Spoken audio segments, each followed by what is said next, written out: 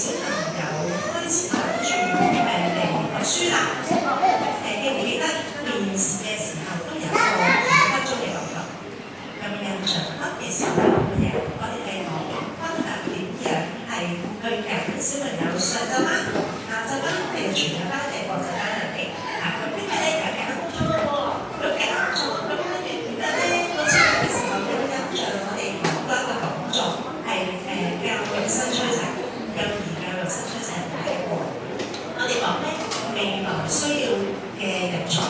而家 AI 好成日啦，咁我哋小朋友，我哋而家幫小朋友培養一啲技能，譬如係而家用嘅，係20年後去用嘅。咁我哋點樣可以塑造20年後小朋友需要嘅人才咧？我哋都一定有得到嘅。咁喺一陣間咧，周學校咧都會講少少咧，關於我哋點樣去培養小朋友一啲嘅實力啦，咁樣咁去到開學日嘅時候咧，有冇嚟到玩啊？都冇嚟到玩，唔緊要。當日咧，我哋有講到一啲課程，關於課程講座。咁我哋有介紹到我哋嘅專科老師啦，音體系嘅專科老師，亦都有介紹到咧我哋嘅中文系嘅課程啦，我哋嘅創意思維數學仲有呢班課程，我哋嘅 Fusion 嘅課程，一陣間咧都會再講少少嘅。咁講到呢度啦，咁一陣間咧周國校都會講啦，小朋友翻學我哋應該咧要有啲咩準備咧，同埋咧有冇諗過幾個月之後小朋友翻學點樣嘅？好開心嘅着住校服，孭住書包，跟住就翻學拜拜，學翻學啦，係咪咁樣？行啦，齊住啦，唔入去啦，好多嘢做咗唔同嘅顏色啦，咁唔緊要嘅。咁稍後咧喺5月嘅2、3、6、7號，各位家長咧可以揀一日嚟到大家交嘅公告同小朋友咧落咗下課，咁跟住咧我哋就編班㗎啦。咁編班就好知道咧你哋嘅班主任、你小朋友班長係邊個，咁班長會打電話同你傾你嘅小朋友點樣適應，因為前幾日我哋會有張自己家長填認識你哋嘅孩子，裏面咧寫到咧你小朋友嘅作息啦、喜好啦，點樣咧可以令到小朋友更適應，因為咧而家嘅世代咧已經唔係一條線㗎，以前我哋讀書一條線㗎嘛，你去到呢度就達標咁樣㗎嘛，我哋而家唔係嘅，我哋而家嘅教育咧係企定定嘅，希望咧可以每個小朋友都會有唔同嘅進展同埋特色，同埋小朋友呢個小朋友好難去適應到佢嘅好多時候都冇嘅，所以咧我哋淨係眼睛望住嘅時候咧係要嚟㗎，唔好望住人哋嘅小朋友可以咁快入到去嗰啲，我哋唔係嘅，我哋而家咧我哋已經小朋友，因為小朋友有個過程，咁遲啲就遲啲咯，佢下個啲就下個啲咯，即係佢哋啊嘛，係咪？咁小朋友需要有呢個發展，佢哋俾佢，我哋家長嘅支持鼓勵就咁啦。咁好啦，咁我哋咧轉去下一頁先，我哋望下我哋嘅望下呢一個。咁咧頭先講到啦，小朋友唔係一開始就肯返學㗎嘛，好似呢個人聽得咁樣，一開始可能唔肯返學，跟住慢慢當我哋同家校嘅溝通適應啦，令到小朋友咧到最尾就係好開心嘅翻學。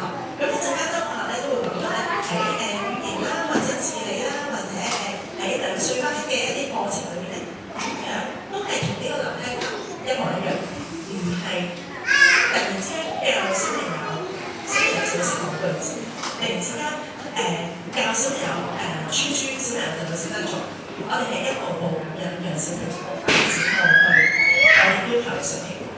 咁樣咧就好啦，咁我哋到而家咧就交個時間俾周學校，唔該晒。早晨咁多位家長，好高興又見到你哋啦。咁咧今日咧頭先周校長有少少分享啦。今日主要咧我講嘅部分咧就會講我哋小朋友就嚟2歲返學，邊個好想返學嘅？舉手。邊個準備好返學嘅？舉手。爸爸媽媽準備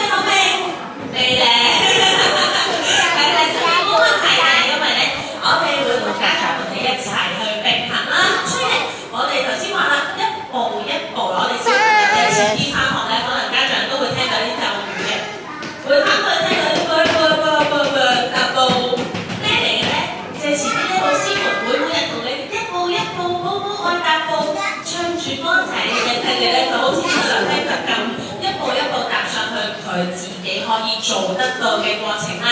咁好啦，如果係咧，我哋頭先講到啦，返學喎會幻想到好多場景啦，會點啊？第一日冇爸爸媽媽，會好開心，拜媽咪我走啦，拜拜，定係崩潰式爆喊，尖叫都會有㗎，係啊，所以咧我哋都要有好多喺個腦海入邊嘅家長們有個小劇場，自己都有心理準備好。咁我今日會主要圍繞住咧，我哋點樣幫小朋友準備喺呢個2歲嚟到我哋啟思幼稚園啦，返學嘅過程會學到啲咩？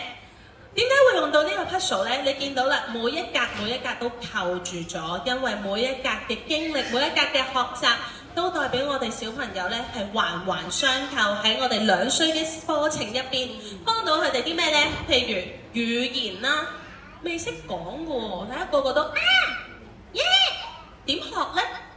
又或者自理啦，係啊，家長都好緊張噶，戒片啊，着衫啊，着鞋仔啊，又會點樣幫佢咧？常規啦，社交啦，而家好多獨生小朋友啦，社交我哋點樣幫佢建立咧？小手機又會點樣做咧？同埋我哋嘅英文課程又會學啲咩咧？咁咧今日我主要會涵蓋喺呢6大嘅位置咧，同家長講下嘅。好啦，咁首先語言嘅表達啦，我呢本咧就係我哋嚟緊 N 班小朋友會用到嘅一個寶寶成長冊。有冇家長會估到會發生咩事咧入邊？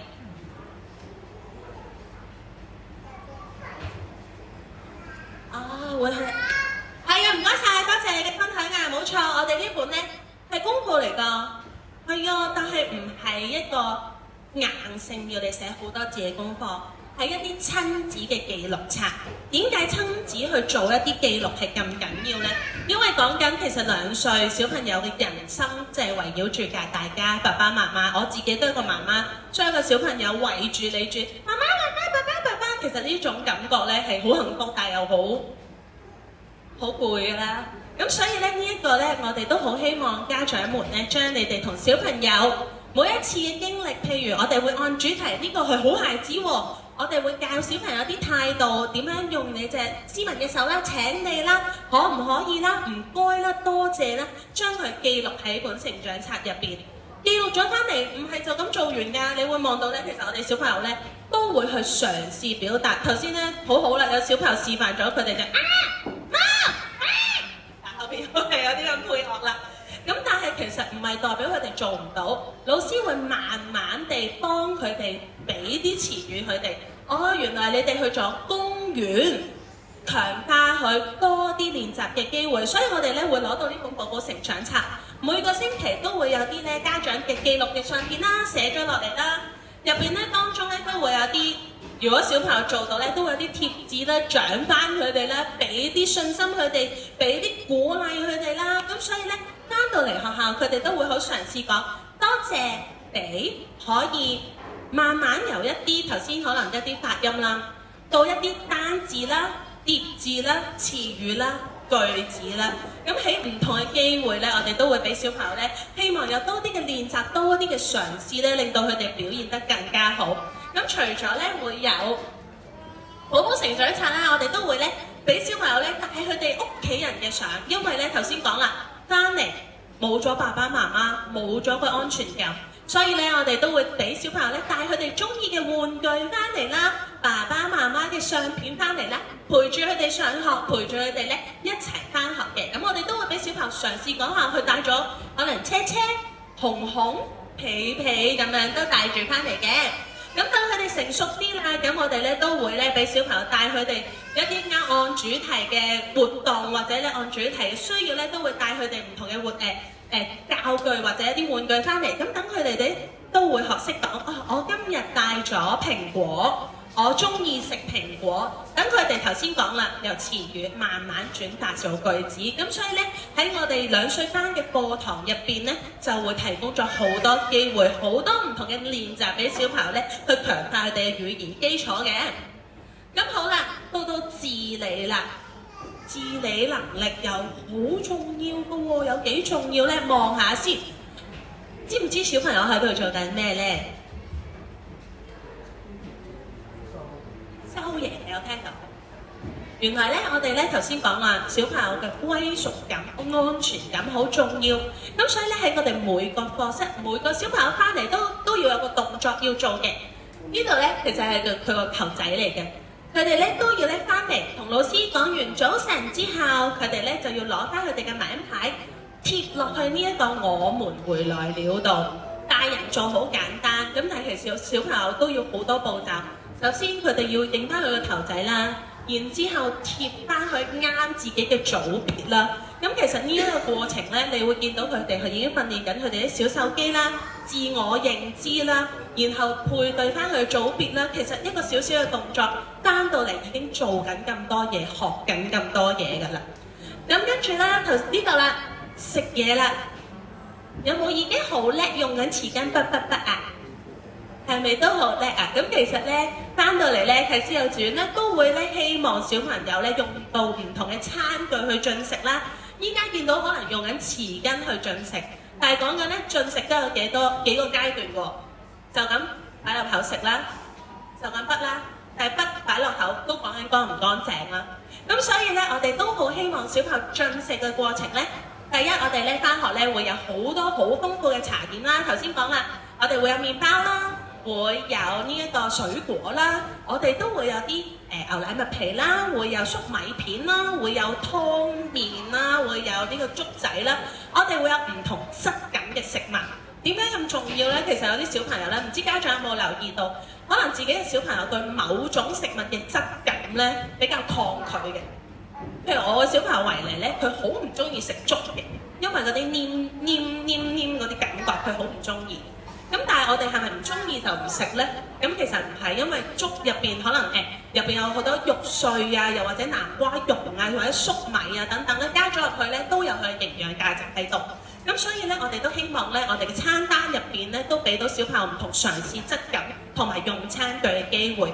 咁所以咧喺自理方面咧，我哋希望小朋友多嘗試第一，然之後學習食得乾淨。諗。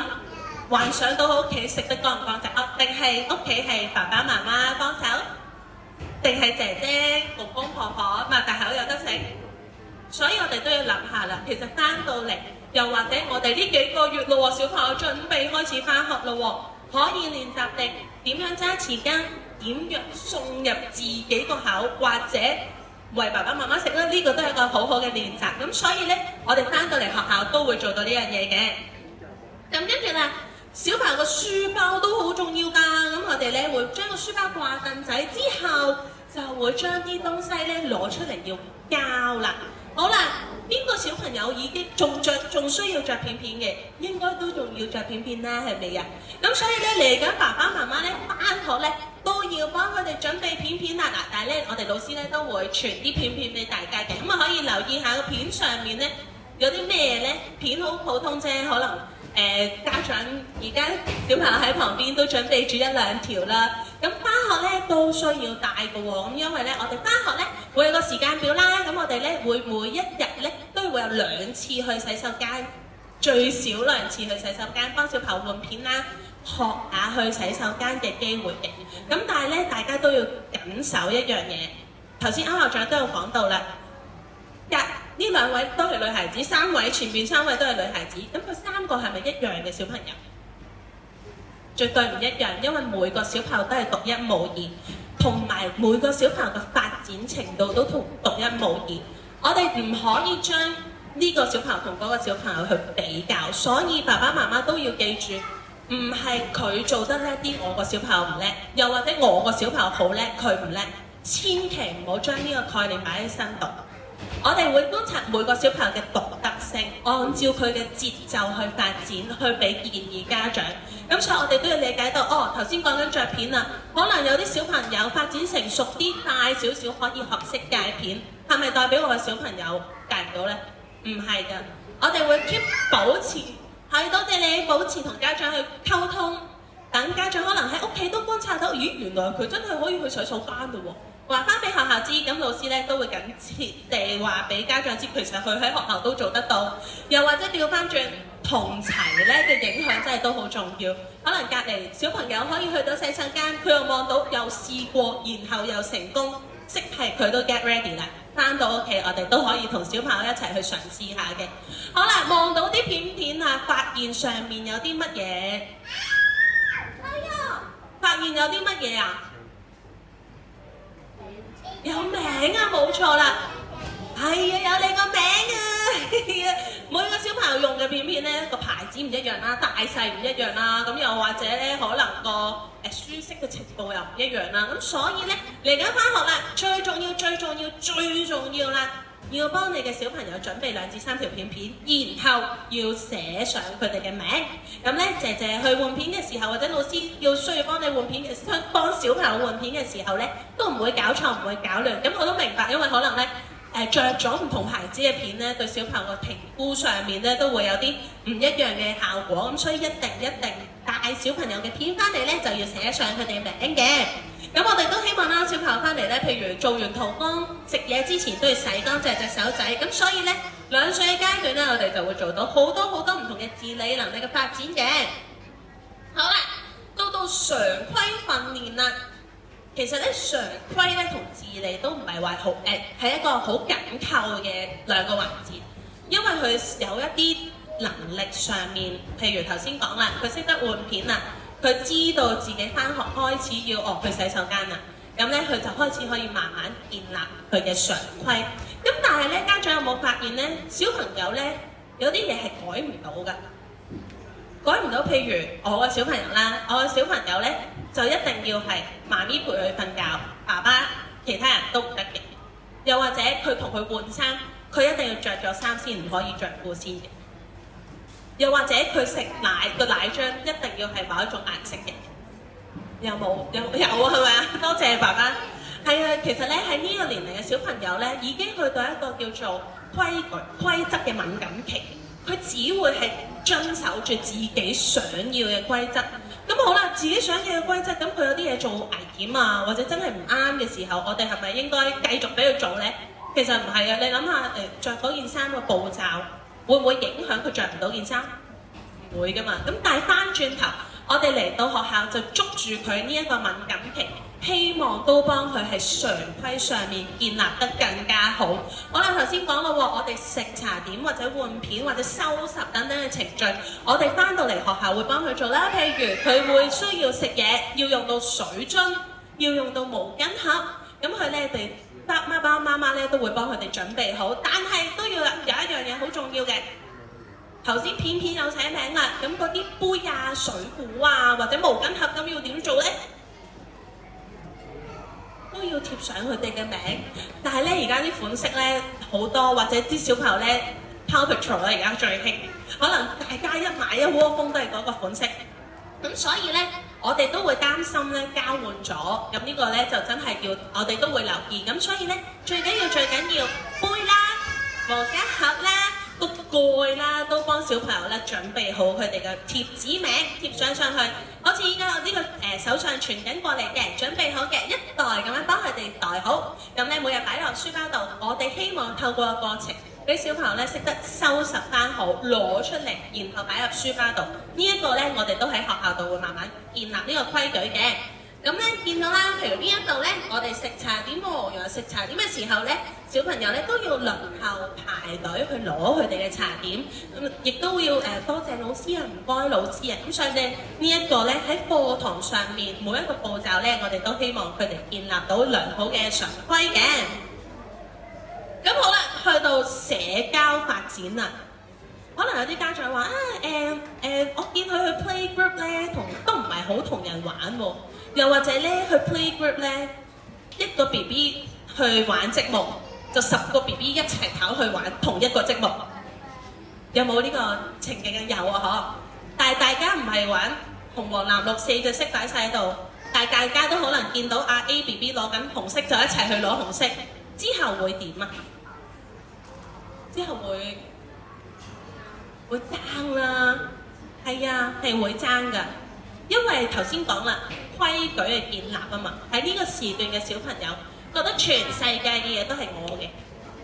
係啊，你走過嚟爭我嘅嘢，咁我梗係反抗㗎啦，唔會你嘅。咁所以咧，呢一個我哋都要有心理準備。其實翻到嚟學校，係啊，有老師喺度啊，係啊，有姐姐喺度啊，係啊，有唔同嘅人喺度，但係佢都有一個衝動去爭佢想要嘅嘢。所以我哋都要話到俾小朋友知。頭先講到啦，我哋要利用佢哋呢個特性，幫佢哋建立呢個規矩。所以翻到嚟，我哋都會話俾小朋友知咩叫分享，咩叫互相尊重，咩叫接納。咁所以咧，我哋咧會透過唔同嘅喺寶寶區啦。之前如果 interview 家長們有嚟到嘅話，應該有家長們咧同小朋友一齊去過寶寶區度玩啦。我哋會透過一啲玩唔同嘅積木啦、煮飯仔啦，又或者課室唔同嘅玩具啦，亦都會透過我哋唔同嘅節期嘅活動咧，同小朋友一齊好似野餐咁樣，我哋都會幫小朋友咧建立一啲社交嘅句式，又或者一啲合適嘅社交禮儀嘅。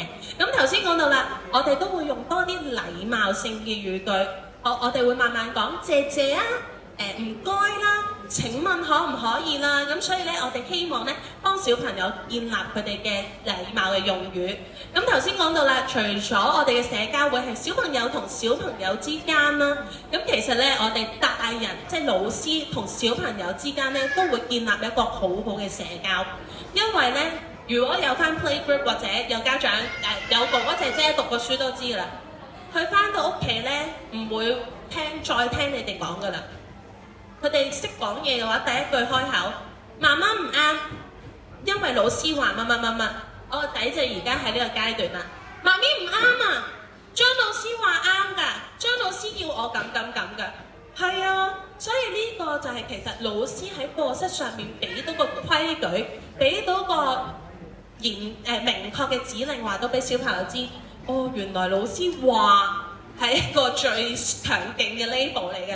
咁但係咧，我哋都希望俾小朋友知道有啲規矩或者有啲社交性嘅語言要內化，要去到唔同環境，譬如我哋會出去公園玩啦，又或者去圖書館啦嘅時候都要用得翻出嚟嘅。好啦，小手機啦，咩係小手機呢？玩 iPad，玩電話實啲 iPad 都會啦，放大啲相啊，放大啲網頁啊嘛。電話碌。其實咧，小手機咧，我哋係想佢哋用一啲實物去接觸唔同嘅教具，令到我哋小朋友咧可以喺唔同嘅手仔嘅環節都有一啲肌肉嘅進步。好啦，我哋由淺入深啦，望下先。呢一幅圖嘅小朋友可能細少少啦，佢哋咧攞住個膠樽。佢哋會擰開個膠樽，其實講緊啲咩能力呢？原來咧係講緊小朋友嘅爪握能力，然後佢嘅手腕嘅轉動能力。咁呢一樣嘢咧，我哋其實要學習咧，俾小朋友咧用唔同嘅肌肉去扭動佢隻手。屋企都可以做到㗎，譬如佢哋要洗面扭毛巾啦，呢個都係一個好好小手肌嘅訓練啦。然後再睇下啦，呢度。小朋友喺度搣緊啲貼紙喎，原來佢都呢個都係好困難㗎，因為佢要搣開個貼紙嗰個底帽，然後貼去一個固定合適嘅地方。呢一個就講緊佢嘅手眼協調能力。老師咧會請佢幫手裝飾呢個蛋糕，蛋糕咧就係粉紅色嘅部分。如果佢貼咗黃色嘅部分咧，我哋就要提醒佢啦。咁所以喺屋企嘅話，咁都可以買啲少少嘅貼紙啦，同佢做一啲嘅連貼都可以嘅。咁好啦，再去翻上面啦，佢哋操弄緊一啲夾啊。其實呢啲夾咧都有唔同嘅程度嘅喎，有啲咧係硬身啲，要用啲力嘅；有啲軟身啲，容易啲夾到嘅。呢個咧就講緊咧小朋友嘅前三指嘅運用啦。前三指嘅運用有幾重要咧？有冇家長知道咧？我哋一陣再揭曉前三指有幾重要啦。好，跟住呢個啦，搓泥膠。搓泥膠咧可以好多變化，咁但係咧我哋都希望透過搓泥膠咧，俾到小朋友啲小手肌嘅訓練嘅。望到呢度咧有一個八爪魚，上面有啲線，我哋好希望咧俾小朋友去到搓嗰個動作咧，學習一啲線條喎。好啦，講完前三指又講線條，係啊，原來咧呢啲咧都幫我哋小朋友儲緊一啲錢罌。儲緊佢手仔嘅錢罌有咩用呢？原來咧，我哋嘅小朋友咧嚟緊4歲嘅時候咧，就要準備開始揸鉛筆去寫字噶啦。咁所以咧，我哋咧依家幫佢哋儲緊一啲點線面嘅概念。好啦，頭先講啦，一點點嘅圓貼字啦，又或者吸引啦，等等嘅練習啦。然後我哋呢個初嚟教嘅線條啦，俾佢話俾佢知，原來有好多唔同嘅線條噶噃。咁跟住前三指，等佢有少少嘅概念，點樣用前三指嘅能量點失，用前三指嘅肌力去拎起一啲嘢，去控制一啲嘢。所以呢度都講緊佢嘅小肌肉嘅控制能力嘅。好啦，講完我哋嘅肌肉啦，然後就要講我哋嘅英文課程啦。問下家長先，我哋嘅小朋友應該點樣學英文呢？坐定定，好似大家今日好欣賞小朋友都坐定定，聽咗好耐啦。咁坐定定，佢哋就會學到呢。我哋諗翻我哋自己小學嘅時候呢，坐定定其實可能好多時都係諗緊自己想諗嘅嘢啦，又或者去咗唔知邊度思考緊啦。尤其是2、3歲嘅小朋友，佢哋嘅專注力呢，其實得5至10分鐘。咁所以坐定定嘅學習模式，或者不斷背一啲 grammar、背一啲字、背一啲 phrases， 係咪真係可以幫到佢學呢？又未必㗎。所以翻到嚟啟思幼稚園呢，我哋英文課程呢就會互動性好多。咩叫互動性好多呢？你會見到㗎，我哋英文老師呢會準備好多教材、教具啦，好生活化嘅一啲體驗啦，俾到小朋友。然後咧會好多時候會同佢哋離開個座位去唱歌啦，又或者去同佢哋一齊跳舞啦，最開心㗎啦。所以咧我哋唔會話硬邦邦一定30分鐘坐喺度，然後同你背 I am a boy, I am a girl， 絕對唔會。我哋反而咧透過遊戲中學習，希望小朋友彈性，然後可以從中吸收到我哋嘅英文嘅活潑性。咁我哋好啦，應該有啲在場家長咧係國際班啊，係咪啊？又或者有啲家長咧係上晝班、下晝班或者主流班唔一樣嘅一啲學制嘅喎。咁究竟又會有咩分別咧？一陣就會再講啦。好啦，講咗咁多，攞咗6個 puzzle 咯喎。咁呢個 puzzle 有咩咁重要咧？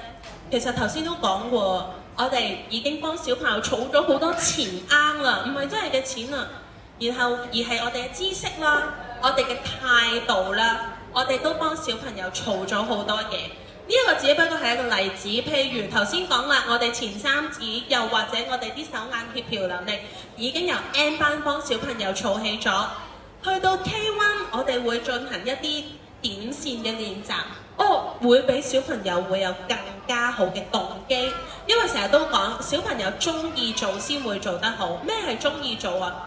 佢做唔到嘅嘢，你覺得佢中唔中意做？如果你而家俾小朋友攞住支筆去寫字，2歲都未到，佢寫唔寫到呢？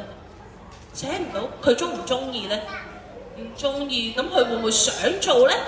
唔會。咁所以我哋要翻轉頭，我哋要喺適當嘅年齡俾佢適合嘅嘢去做，然後令佢中意做，就會做得更加好。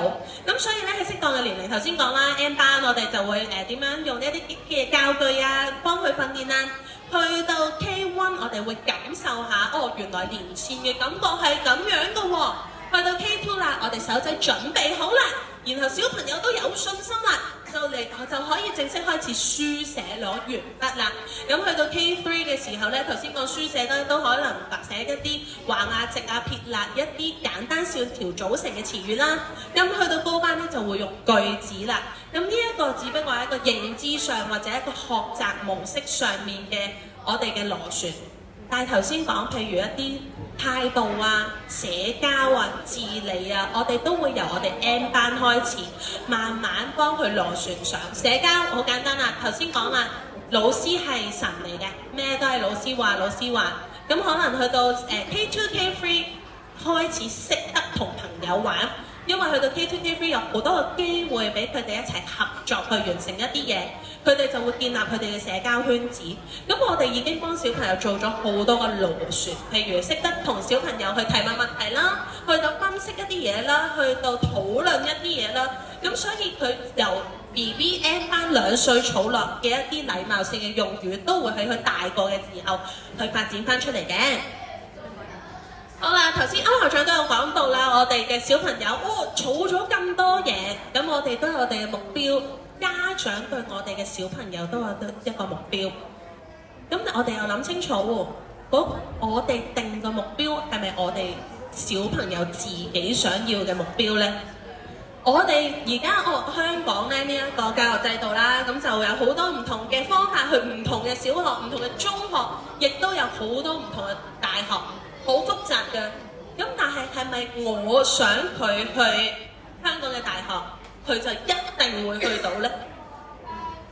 記住，唔係我想我個小朋友係點，而應該好似我哋之前 recall 翻，我哋好多次嘅講座都話俾家長知。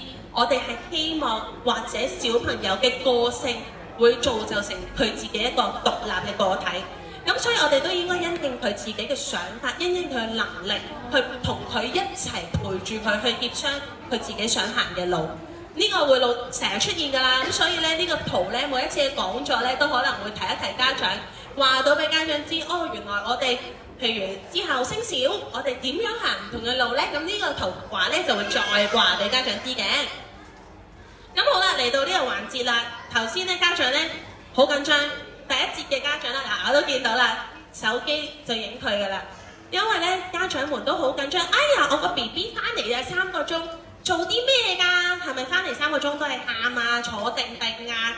周教授，你頭先又話小朋友會周圍去行下，唔係坐定定學喎，點樣唔係坐定定學啊？咁我哋一齊嚟睇下啦喎。咁我哋咧先睇下藍色、灰色嘅部分，呢一個係講緊我哋上午班同埋下午班嘅小朋友，即係上班係翻9點到12點啦，下午班就係1點半到4點半，會做啲咩呢？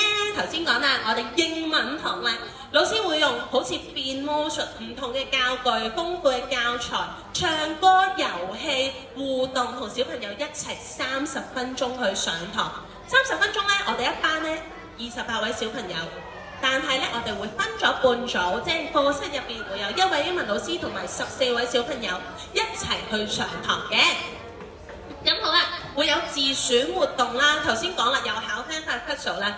自選活動我哋會涵蓋咗我哋6個 puzzle 入邊嘅當中啲項目，譬如我哋會有啲小手機嘅，就會喺呢段時間度做啦；又或者我哋會玩玩具嘅，都會喺呢個時間俾小朋友建立到佢哋嘅社交啦；又或者係我哋嘅藝術活動，我哋都會喺自選時間度做嘅。咁我哋咧都會涵蓋喺入邊，然後咧令小朋友咧係學得更好嘅。咁喺自選活動當中咧，我哋都會用到我哋嘅寶寶嘅主題書，同小朋友一齊上堂。所以一開始咧見到我哋嘅寶寶成長冊啦，要分享嘅話咧，我哋都會喺呢段時間咧同小朋友一齊去分享嘅。咁好啦，然後咧仲有音樂啦，同埋體能嘅活動嘅。咁音樂體能嘅活動咧，咁我哋咧頭先都有考校長有介紹過啦，我哋有啲專科嘅老師啦，會嚟到學校同我哋老師們一齊咧，同小朋友一齊上堂嘅，唔係就咁玩上滑梯嘅喎，以為翻嚟就係玩上滑梯，絕對不是，因為咧我哋咧小朋友嘅體能咧都會有唔同嘅進程嘅發展，咁所以咧我哋都會有唔同嘅技巧去教翻小朋友，好似而家啦，我哋會同小朋友玩鴨仔跳啦、雙腳跳啦、單腳向前跳啦、踢足曲、蹴鞠都會有嘅。咁所以咧，我哋咧都會有好豐富嘅體能活動嘅。咁音樂遊戲都係啦，咁我哋都唔會話坐定定，我哋一齊好似合唱團咁樣唱歌，不是。我哋都會有好多樂器啦，又會有好多唔同嘅，譬如絲巾啊，又或者我哋會有好似佢哋咁樣扮小司機啊，咁一齊玩啊，都會有嘅。好啦，跟住去到寶寶區啦，咁寶寶區咧就係後邊嘅位置啦，咁我哋咧都會有唔同嘅按主題嘅教具，會有啲大機啊、小機嘅活動喺入邊。咁當然啦，都會有個煮飯仔，小朋友最中意玩煮飯仔啦，砌積木喺當中。咁喺俾入邊咧，俾小朋友學習揀選佢哋自己中意嘅區域去進行遊戲嘅。好啦，講完灰色同藍色嘅部分啦，咁去到粉紅色同黃色嘅部分係全日班。請問有冇家長係全日班呢？有啊，係咪啊？咁全日班咧就多咗少少下半節嘅時間啦。咁今年好彩啦，咁我哋咧教育局就成功批核咗我哋咧會有學額，有13個全日班嘅學額。咁我哋咧就會多咗啲咩咧？原來全日班就會翻到嚟學校有午膳啦，會午睡啦，下晝會再多咗啲音體藝嘅時間啦、寶寶區嘅時間等等嘅。咁跟住啦，仲有個噃，有冇家長係國際班呢？都有啊，係咪啊？咁國際班同我哋上下晝班有咩分別呢？原來我哋國際班嘅小朋友呢，會有3個小朋友呢，外籍老師同佢哋一齊上堂。咁一齊上堂有咩好處呢？其實我哋會締造到一個全英文嘅語境。頭先都有講到啦，我哋會希望小朋友個互動性地學英文。點解老師咁重要有一個語境，有一個語言環境同佢互動呢？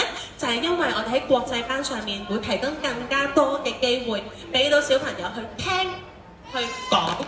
小朋友去語言嘅發展，聽講係最重要。咁所以呢，我哋有國際班3個鐘頭，老師會同佢哋一齊社會遊戲啦。頭先講小手機會一齊做啦，故事會一齊喺嗰段時間講啦，玩玩具都會一齊嗰段時間玩啦。寶寶區英文老師都會陪住小朋友一齊去啦，音體藝啦，然後我哋會有翻我哋嘅中文嘅社會遊戲，因為咧頭先講啦，我哋都有啲課程上同埋中文嘅字詞，我哋都唔想小朋友甩，咁所以咧我哋都會每日都會有20分鐘嘅中文嘅社會遊戲嘅時間嘅，咁我哋都好希望啦，透過一個全英文嘅環境啦，有一個好嘅語境啦，俾小朋友咧融入當中，語文嘅重要性就係咁解啦。生活體驗都好重要喎，因為我哋國際班嘅小朋友咧都會多咗少少嘢㗎。咁會做啲咩咧？咁首先咧 ，supermarket 惠康就係近近地，但係佢哋都已經好開心，係㗎，因為我哋翻學就係翻學啊嘛，喺我哋嘅概念翻學就係翻嚟3個鐘。但係原來咧，小朋友真係攞住佢個八達通，然後去攞埋個環保袋，買佢中意嘅水果，翻到嚟亦都識得同爸爸媽媽講，今日 Miss Nice 同我去咗 supermarket 買咗個 orange， 已經好夠㗎啦。咁所以呢一個機會，仲要唔係淨係得佢一個小朋友，係一組一組一齊去揀佢想要嘅嘢，一齊去話俾老師知，呢個係蘋果，亦都調翻轉，老師都會話俾佢哋唔同嘅。小朋友知 supermarket 有啲咩規矩要守呢？入邊有啲咩要買呢？咁我哋都會喺當中做得到嘅。咁好啦，仲有呢個 sweet home visiting 係做咩呢？原來呢，好好，有啲家長呢，喺大興花園樓上，佢哋就開放咗佢哋嘅屋企，俾我哋小朋友呢做家訪啊！係啊，咁家長都好好，咁佢咧就好話俾我哋小朋友知咧，小組咁樣上去，用英文介紹屋企唔同嘅角落啦，亦都咧有 sofa 啊，有唔同嘅房間啊咁樣，咁咧最好啦，小朋友最中意嘅環節啦，玩人哋啲玩具係開心啲嘅。咁所以咧，大家咧都一齊去玩玩具，係啦。咁所以一個好好嘅體驗。所以我哋希望喺國際班入邊啦，俾小朋友都有唔同嘅延展活動，生活化地去學英文。咁最後咧，我哋唔係淨係喺學校兩個公園仔度玩，我哋都去咗樓上面個公園，有得去做一個五感嘅探索。因為之前咧春天嘅時候咧，我哋俾小朋友去攞住個放大鏡去睇下花啊，攞個鼻仔去聞下啲花啊，攞啲手仔咧去細細力掂下啲樹葉啊。咁我哋都希望透過一啲觸感嘅方式，去到刺激唔同小朋友嘅學習模式。咁所以咧，我哋國際班咧都會多咗少少一啲延展嘅活動嘅。咁去到全日班啊，咁頭先講到啦，全日班會喺學校食飯瞓覺，咁我哋咧都希望俾小朋友個自理更加好啦。咁亦都知道咧，有啲小朋友咧，我嘅小朋友就係咧瞓覺咧要飲支奶奶，咁所以咧如果家長有需要咧帶支奶奶翻嚟俾小朋友5歲嘅時候開奶咧，咁咧可以揾翻老師，咁咧可以傳過去睇一睇。咁我哋都希望咧寫到個份量俾我哋啦，咁我哋俾我哋知道咧，如果真係小朋友開奶瞓覺喎，咁個水啊或者份量啊要開幾多格啊，咁都話到俾我哋知嘅。咁全日班嘅好處咧，咁當然啦，好多都雙職家庭啦，咁可以幫家長減輕一啲照顧嘅壓力啦，亦都佢哋嘅獨立性啦咁樣嘅。咁好啦，嚟到呢度啦，仲有乜嘢做嘅咧？其實咧，我哋小組班咧仲會有個自理班嘅喎。喺11月嘅時候啦，逢星期三嘅中午12.9到1點3咧，我哋都會有一個免費嘅自理班。咁做啲咩嘅咧？咁咧我哋咧會再加強小朋友啲自理能力，譬如咧佢會識得自己搣個包裝袋，又或者多咗小朋友去做一啲分享啊、開蓋啊、着衫啊、着鞋仔等等嘅技巧。咁我哋再希望加強到佢嘅獨立性啦、小手機啦。咁呢一個咧如果係上晝班嘅家長咧，我哋就會請家長咧12點鐘接翻小朋友，然後食少少嘢，12.9咧就帶翻小朋友翻嚟，咁就上半個鐘頭堂。咁如果係下午班或者國際班嘅話咧，咁咧就早少少翻嚟啦，12.9咁就到1點3，上完呢個自理班咧就可以直接上堂啦。咁好啦，溫馨提示啦，講咗咁耐啦，咁我哋咧稍早之前咧都 send 咗份通告俾家長啦，咁就提醒家長有啲重要嘅日期啦，2號、6號、7號，仲有3號。3號要做啲咩咧？呢幾日就嚟交一啲註冊嘅唔係註冊，交一啲費用啦，同埋交一啲文件嘅喎。咁咧仲有頭先唔知家長有冇留意到，歐校長都有講到啦。小朋友返學要準備啲咩？校服冇錯。其實咧，我哋都好希望咧呢幾日家長可以帶埋小朋友嚟到我哋咧學校嘅校服喺出邊一齊去度身，俾翻個儀式感、歸屬感小朋友，等佢哋知道咧，哦，原來返學呢一套藍色校服係我㗎，我先有㗎，我先可以返學。爸爸媽媽，你哋喺出邊等我啦。我可以自己返學啦，所以呢一個認同感係好重要。建議家長咧，如果稍後啦，呢幾日嚟到嘅，帶埋小朋友嚟到，俾翻個歸屬感佢，俾佢知道哦，學校原來係有校服，要着校服，呢套校服係屬於我嘅。咁跟住咧，仲有一啲頭先講啦，譬如啲片片啊、杯啊、毛巾盒啊等等咧，咁稍後咧，我哋都會咧請家長準備好再帶翻嚟嘅。點解頭呢度咧冇寫3號嘅咧？因為咧3號我哋就係要星期六啦，咁去到11號係母親節，因為3號嗰日咧，我哋都好希望咧媽媽們都辛苦啦，咁所以咧我哋都少少會有一啲活動都同家長準備咗。記唔記得之前咧1月嘅時候咧12月嘅時候咧，家長嚟咗整一啲，記唔記得？有冇整過香囊啊？記唔記得？有啊，係咪啊？冇啊，唔緊要，嚟啦！3號我哋會有足浴包，足浴包係咩呢？都知道媽媽辛苦啦，咁所以呢，我哋都好希望呢小朋友嚟到學校同我哋一齊去整個足浴包送俾媽媽。喺當中呢，你哋都會觀察到呢，你小朋友對啲香味會唔會好敏感呢？又或者摸到嗰啲足浴包嘅材料唔同嘅質感又會唔會好敏感呢？其實當中我哋老師們咧都會觀察到小朋友嘅個別情況啦，咁亦都會原來今日嚟到嘅老師咧，其實都已經見過幾次咯喎。如果復活節有嚟活動，農曆新年 Winter Wonderland 都有嚟過活動嘅話咧，應該都見到我哋啲老師都係熟口熟面啦。咁所以咧，希望咧都帶埋小朋友嚟，俾多少少歸屬感，俾多啲親切感大家。咁希望咧更加投入到嚟到我哋嘅校園生活嘅。咁咧，我嘅部分就完結啦。咁我哋英文老師咧都準備咗少少片段咧，同家長們去分享喎。咁我哋都可以一齊睇下。Hello everyone. We are the next teachers. Start your journey with us. We look forward to seeing you soon. Bye bye. 好多謝咁多位家長啦。咁我哋聽校長會唔會有補充先？中華係啦，我哋咧英文老師咧有5位英文老師，佢哋係英文團隊嚟嘅。點樣講咧？佢哋係長期喺學校裏邊，星期1至5都喺度，每一日同小朋友上堂。咁所以頭先講到咧，除咗上堂之外咧，我哋去啲區角度玩咧，英文老師都會行入去同小朋友傾偈。等小朋友喺自然嘅生活裏邊咧，去同老師啦用英文溝通。因為咧我哋講到咧，頭先阿周副校都講到啦，學英文同用英文去學習係兩樣嘢嚇。咁所以咧，我哋希望我哋小朋友係用英文去學習，並唔係好似我哋細個咁樣讀字典咁樣學部劇嚇。咁樣咧就頭先咧阿周副校都講到啦，有個圖啊，係咪啊？見到可以有啲箭嘴升，跟住去到大學咁樣係咪？咁其實呢個咧係香港嘅學制嚟嘅。咁點解要俾大家睇，同埋日後咧大家都會不斷咁樣睇到咧？就係、其實而家我哋學校裏邊啦，有主流班啦，有國際班啦，有全日班。咁俾你嘅小朋友，適合你嘅小朋友揀唔同嘅班。咁下年可能到 K1、K2、K3，可唔可以轉班咧？其實可以嘅，因為咧好得意嘅，你會見到香港嘅學制咧係佢有直資啦，有官立嘅學校啦，亦都有國際嘅學校。